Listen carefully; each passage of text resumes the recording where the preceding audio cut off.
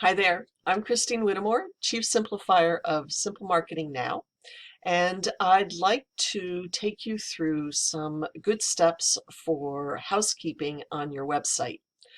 Now, this isn't necessarily fun, however, it is important. And today we're going to talk about broken links and how to deal with them. Now, it's important to, on a regular basis, go through and make sure that you don't have broken links on your site. And the reason is that broken links give the impression that you're not really tidying house, getting rid of cobwebs on your website.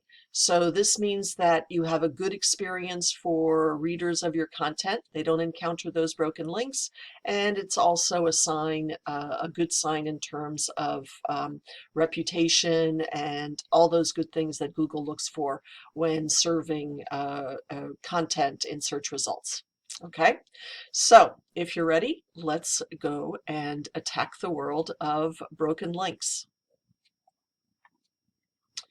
So you can go to any Google search window and type in broken link checker. Here you have quite a few, most of them are free. You'll have many free ones available. I'm going to select Ahrefs, and the reason that I'm selecting Ahrefs is because I have an Ahrefs subscription. So here is what the free broken links checker looks like.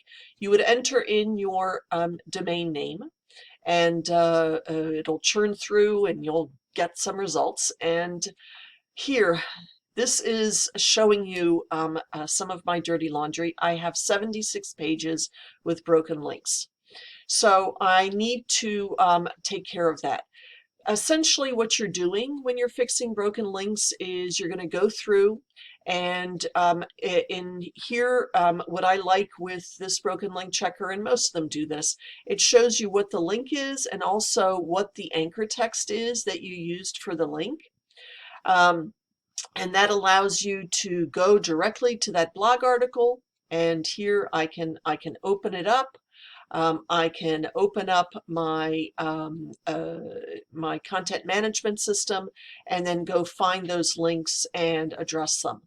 Now, when I'm going through broken links, I'm looking for certainly ones that are just completely dead, and your best option there is to get rid of them.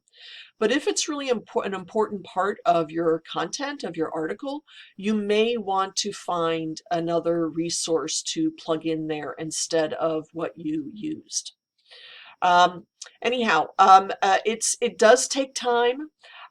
It's definitely good, a good practice to go through. So I recommend you do it. At least start by checking. Then you can prioritize in terms of which are the pages that attract the most traffic, that have the most links, that are most important to your website, and then just methodically go through and address those broken links. And as I said, it is a little painful, but you're going to feel so good when you're done. And in my case, I am not going to do all 76 pages at once. I did a few pages yesterday. I'll do a few pages today and on until I get to them all. So I hope this is helpful to you. Please let me know of any questions. You can find me at simplemarketingnow.com, and I look forward to hearing how your experience goes with addressing your own broken links. Take care. Bye-bye.